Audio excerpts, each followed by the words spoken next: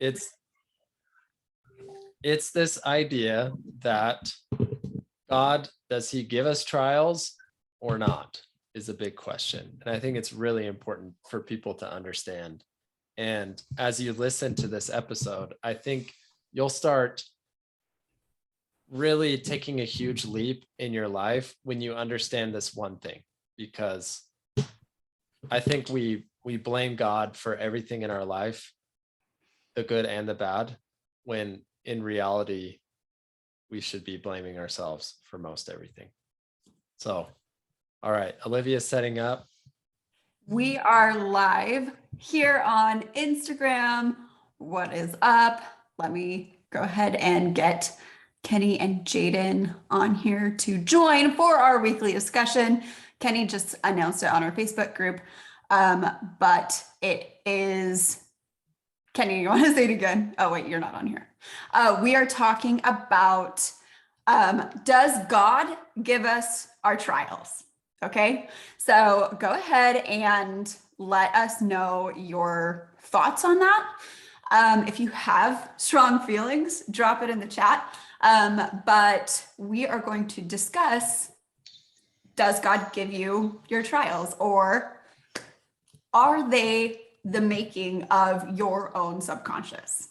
Okay, so with that, looks like we are good to go. Welcome, Kenny and Jaden. So let's get started.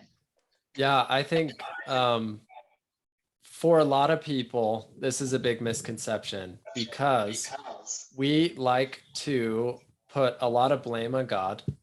And how did this all start, right? How did this misconception start? Well, in the book of Abraham, there's a scripture that says, we will prove them herewith if they will obey everything that we say, okay, when they go down to earth. And there's a scripture in the Book of Mormon that this life is the life to prepare to meet God, which is basically the purpose of life, right? But we say that this life is a test.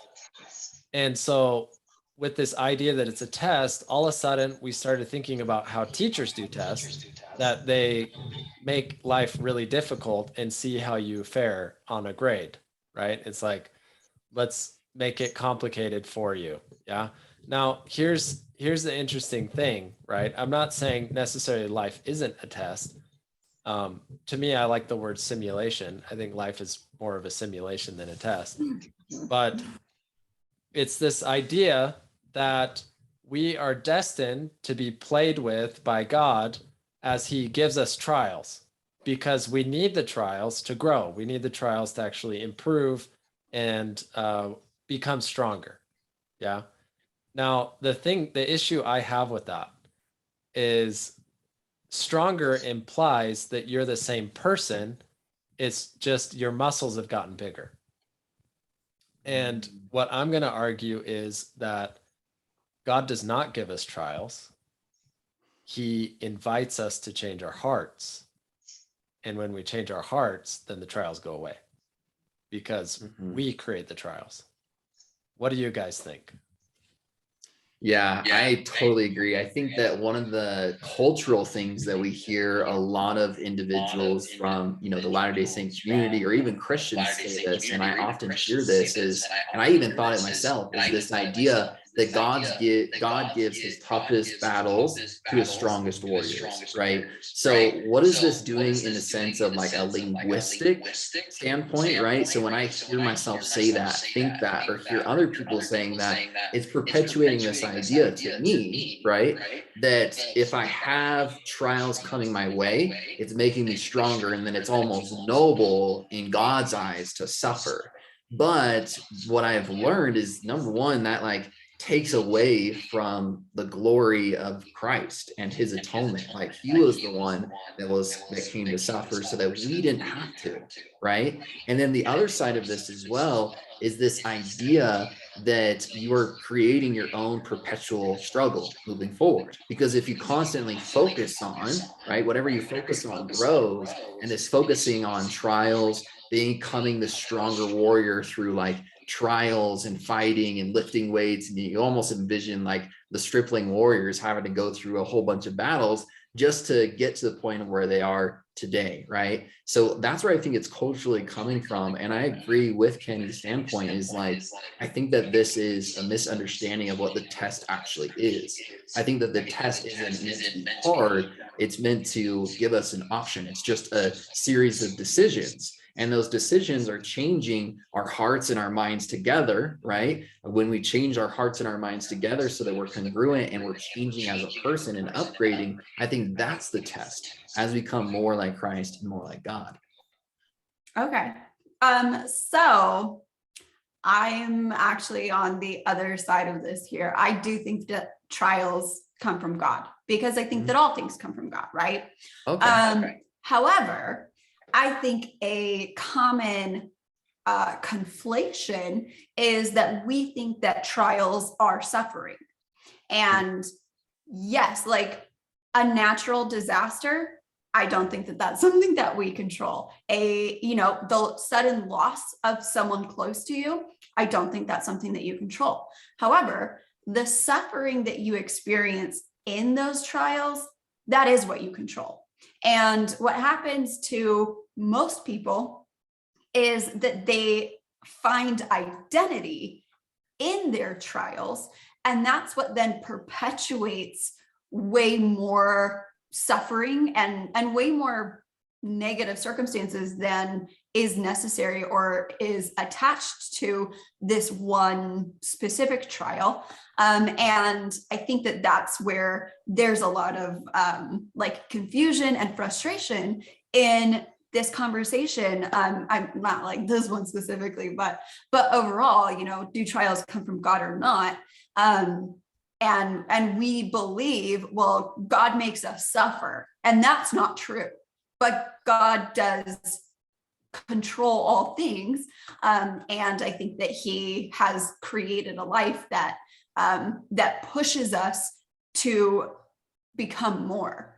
And He knows that you cannot become more until you are challenged out of settling, right? Does that kind of make sense? Yeah, I think the key that you said is that this life is created where that happens, right? And here's the thing, we chose to come here and experience it. So did God give us the trial or did we volunteer? I think it's kind of the akin to like soldiers going off to war, right? Where like they didn't create the war, but it exists. And so they volunteer to go be in it and to go try to improve the situation, right? It's an interesting question. It's really hard to understand and resolve. But if you've ever been to the temple, you know that Adam had a hand in creating the world.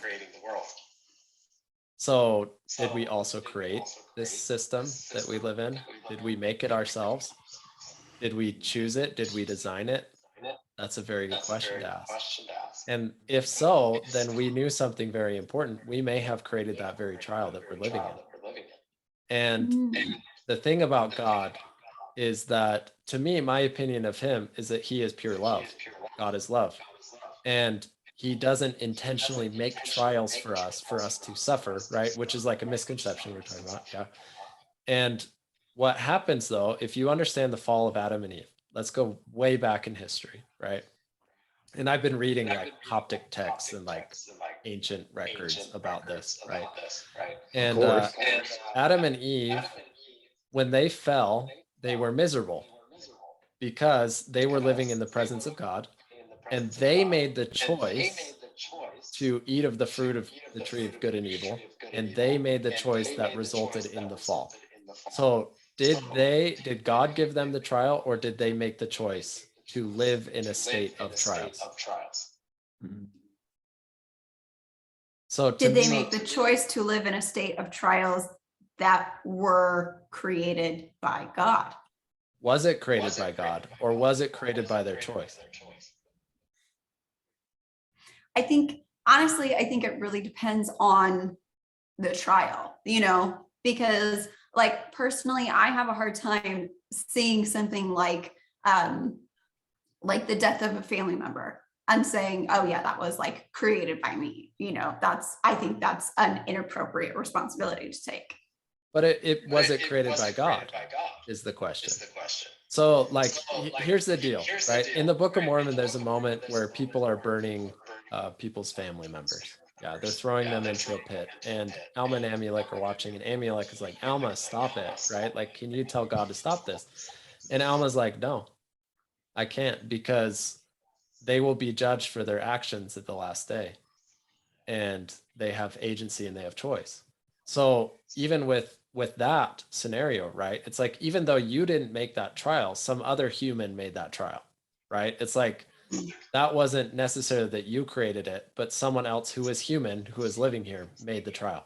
I would say it like this: God, if he was put on legal court and we have all this evidence and we're like, you made these trials for us, he would show how he had all his bases covered, where he manufactured a scenario, a simulation, without actually being at fault for any of the trials. That's how I would describe it. He would be excellent at tax law. Like, yeah. where someone like looks at all the books and they're like, yeah, somehow he like bent everything so that he didn't have any responsibility in this. So like, that's the way that I view it. First of all, we saw him, how he's majestic and amazing. And I'm sure he told us that we needed an experience like this to become like him, even though we are already spirits, probably perfected spirits. And he said, in order for you to be like me with a body, you need to go through a physical experience. And along with that physical experience, you will take on a body, which is a natural man. And the natural man is actually an enemy to God. And so when you come into this body, you'll have all these desires as a natural man that are fallen desires, right? And the fall happened when Adam and Eve partook of the forbidden fruit and they decided to learn good and evil. And the consequence of that is that no unclean thing can be in the presence of God. And so that's how the fall happened. And literally the fall happened. When that happened, they received bodies. And when they got those bodies, they became physical, and they started, like, put yourself in their shoes, right? It's like they never experienced darkness. They never experienced hunger. They never experienced being cold or hot. They never experienced sexual desire. They never experienced pain. They never experienced suffering until the fall. Do you think they were miserable? I think no, so. They couldn't be, right? They had no clue what life was like. Fallen. Yeah. Mhm. And I think where I love what you said, Liv, about the distinction between like trials and suffering, because I think that's where like I start to form my perception and my perspective on this question of, did God give us our trials, right? So in my eyes, similar to Ken, I don't believe that he created the trial specifically, like in each instance. I don't feel like he's that micromanager sales guy, like that sales micromanager manager that you have that's like watching everything that you do and making sure that it goes out a certain way. I believe that he's kind of instigated natural law that is like taking care of most of these natural things. And it's our decision whether we choose to suffer from that, right? For example, my wife on Friday, I tell her every single time when she pulls out of the garage, like pull out all the way so that you don't scrape your car, because she will pull out just like an inch after where the garage closes. And I've said this time and time again. And she runs in on Friday morning and she's like, or I hear like a crack out there and I run out to the garage to see what's up, and she's leaving and the garage door had come down on the back of her car and like scraped all the way down. Fresh scratch mark. And in that point, like, there was nothing I could do to change that, right? And she was all scared I was going to get mad. And I was like, well, I told you, you probably shouldn't. You probably should pull out all the way when you close the garage. And she's like, you're not mad? And I'm like, well, it sucks, but like, there's no reason for me to be mad now. There's nothing that me being mad is going to change that event. So this is how I see suffering happening, is like a lot of times, number one, we're searching for those hard events, or we may be like subconsciously creating them. And then if something happens, for example, my wife closing the garage on our car and scratching it, God bless her. But if those things happen, it's our choice to like continue suffering in that moment or not, right? So death is a natural state that's going to happen.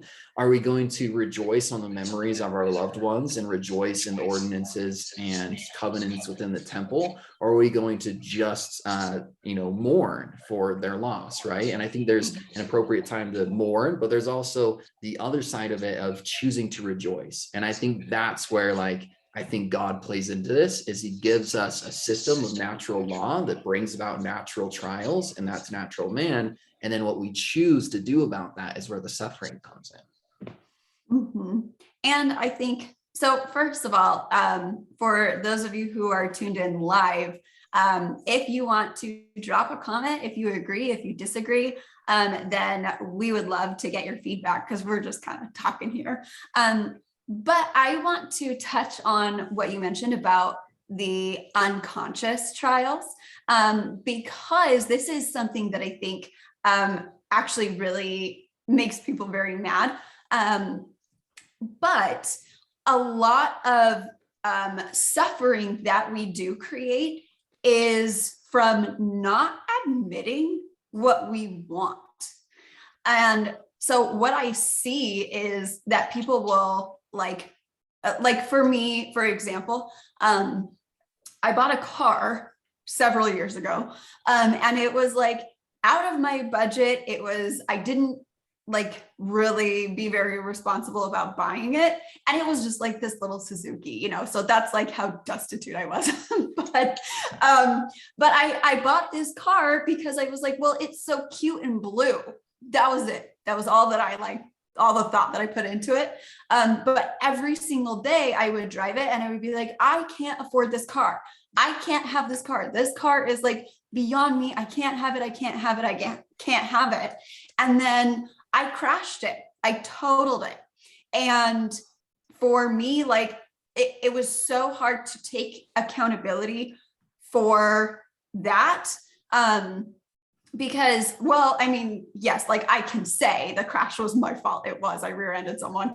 But what was like really going on there was that I was putting out into the universe that I can't have this car. So the universe removed the car from me, right? Or God removed it from me, or however you want to like kind of think of that.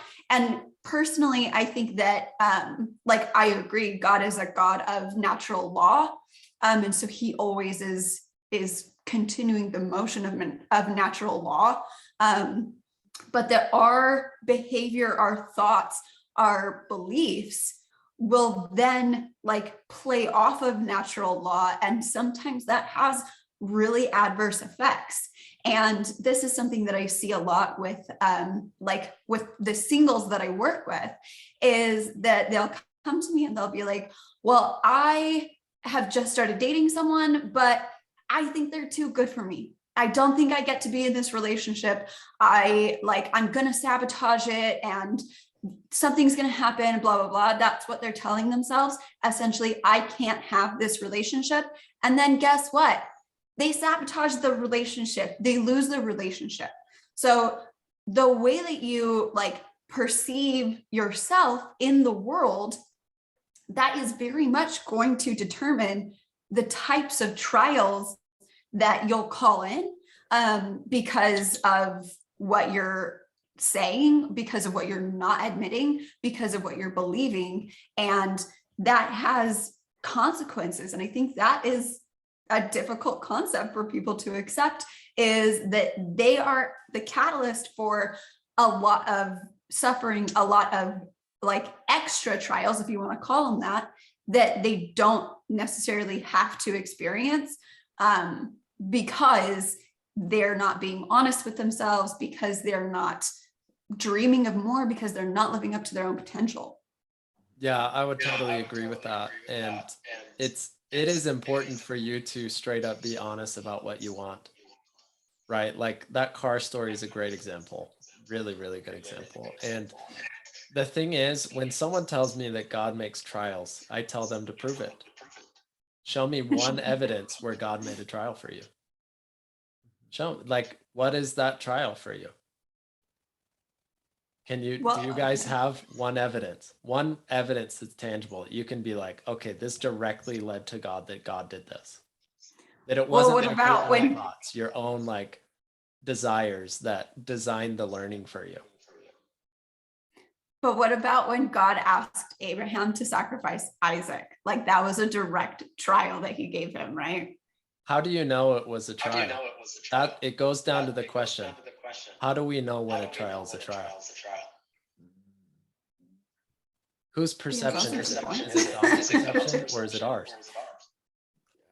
So even down at the core level, we create the trial in our minds because we decide it is, and we give it the label.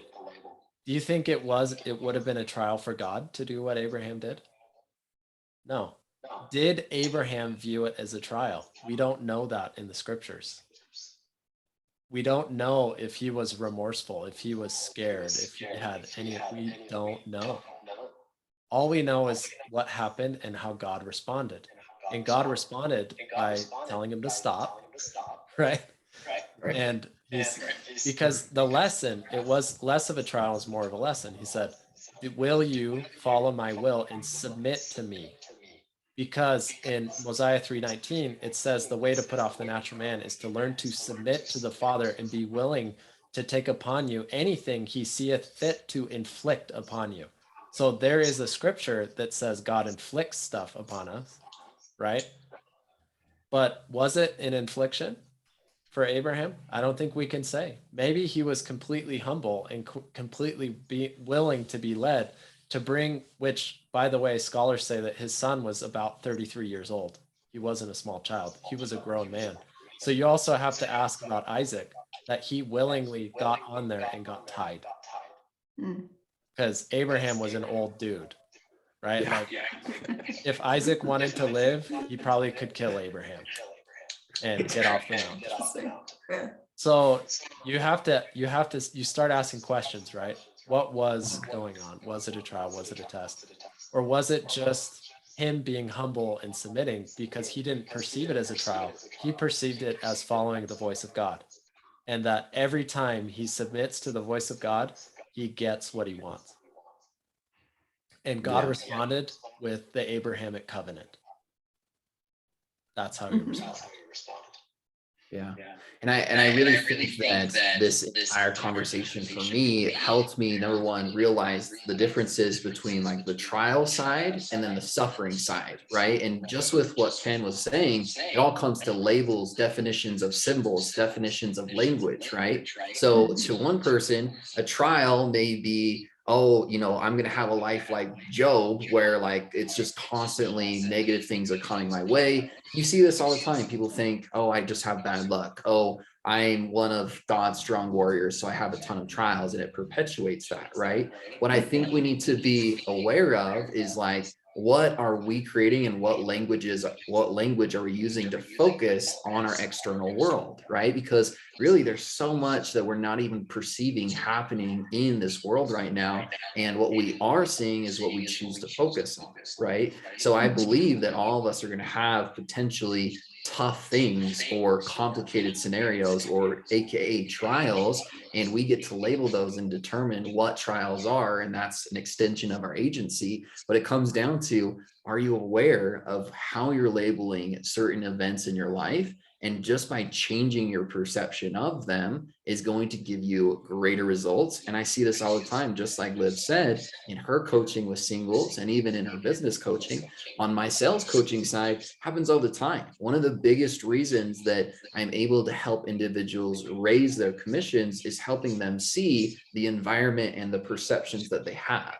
So if they're surrounded by this perception or labels of, oh, making $4,000 a month is good, or 8,000 is great, or 12,000 is incredible, it's like, well, take them from that world and place them into a world where their sales reps making 40, 50, $80,000 a month in commissions. What that does is it changes that label, because now you have an entire societal group saying, hey, what is a lot of income is not a lot of income to us, right? And we have a different label. Yeah.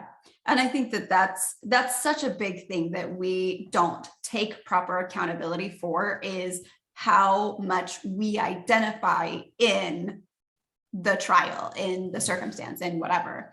And I think that this is kind of summed up really eloquently just in the analogy of a sunset, right? Like the sun sets on everyone. It goes dark for a time for everyone. And some people, that can cause them to freak out. That can cause them to stress and be like, oh my gosh, will the sun ever come up again? What's happening? You know, like they create all of this chaos in their mind because they're saying, well, I am now in darkness, and so that's all I'm ever going to experience. So everything's always going to be dark for me.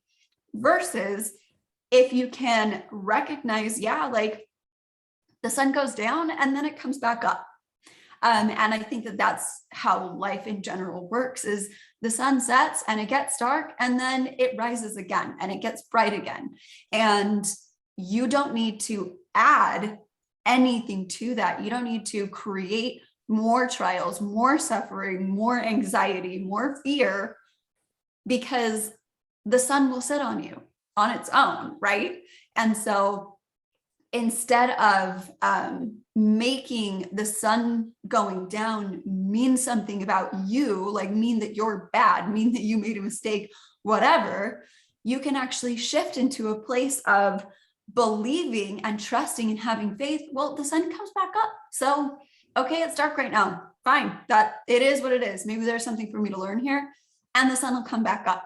And I see very often that people, and I would say especially saints, especially Christians, struggle to believe that life gets to be easy.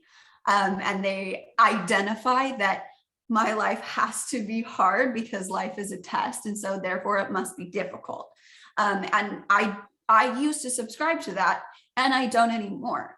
Every day I'm like, guess what? Life gets to be awesome. Life gets to be fun. Life gets to be easy. And that doesn't mean I won't ever experience trials.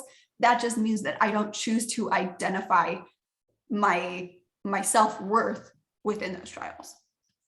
Yeah. What if the trial wasn't like a health trial or a financial trial? Or what if the real trial is us learning our power and learning that we are children of God, and actually putting it into power, and actually having miracles, and actually realizing who we are? What if that's the only trial that is there, right? Because if you think about the natural man, right? The natural man's an enemy to God. So it's an enemy of you becoming you, is really what it is. And the trials that we create are created because of our natural man desires. And so, for example, if someone doesn't have enough money, right? Like they definitely created that for themselves, because they could have used faith and found ways to find opportunities and to create more money for themselves. Or someone that they decided to have a relationship with, so it's still their fault for relating with these people, took their money or something like that, right? So like it's not God that does it, it is the natural man. And the natural man creates trials. And this belief that life has to be hard, that it will never be free from trials, is a belief that you will never be freed from the natural man. And you have to take that into perspective and be like, okay, actually, like God is a deliverer. He's not a burden maker. And if you read the scriptures really well, anytime it asks you to, when people say, remember God, it's in the Book of Mormon several times. Nephi says it. Moroni says it. It says, remember how God has delivered us many times from our trials. From our trials is what it says. And that God delivered us. Yeah. And so think of God as a deliverer, not as a horrible person that gives you trials. That's just not the God that I know. I don't know that God. He is one that is loving, and he will deliver you from everything. And that is in Moroni chapter 10, when he asks people to read about the Book of Mormon, is before you ask, remember how he delivered the people in this book and also the children of Israel, right? How he is a deliverer and that he will deliver you from the things that you have. So by holding on to this belief that you need trials, that you need life to be hard, what you're saying is that you want to keep the natural man. And that's probably an uncomfortable truth for most people listening to this, but it's true. Because the reality is, God wants you to lean into your godhood, and he wants you to have joy, because Adam fell that men might be, and men are that might have joy. Mhm. Wow. Powerful stuff. Thank you so much, guys. Agreed. And honestly, on that note, if you don't know, Kenny, Jaden, and I are hosting a 3-day retreat in June where we're actually going to be breaking down all of this in way more depth. And essentially, this retreat is going to be a space where you learn how to create miracles, where you learn how to stop identifying in your trials and to stop suffering unnecessarily, and to actually learn how to build a life that you're the most excited about, that is the most abundant, that is the best life that you can have on this earth. We know this is what we do both in our individual lives and for our clients. And so we want to bring you this really incredible opportunity to do it in person for 3 days in beautiful St. George, Utah. So if that is something that you would be interested in, head over to the link in my bio and get on the wait list. This retreat is something that we're putting so much effort and energy into making incredible and life-changing that we have limited spots. So it's actually by application only. And so get the application first, sign up for the wait list. And if you are a good fit, then we will contact you and we'll kind of give you those next steps. If you have any questions about that or about this, what we're talking about, then go ahead and leave comments on the replay or head over to the Facebook group, Creo Wealth Institute. It's a free Facebook group. That's where we hold these discussions. And that's a place for you to come in and build a community of like-minded individuals who are receiving more. So thank you guys both so much for joining me on this live. Thank you to everyone who tuned in. Do you guys have any final thoughts? Nope. I'm all good to go. Thank you We're so good to much, go. guys. Perfect. Then I will talk to you guys soon and have a blessed day. See you guys.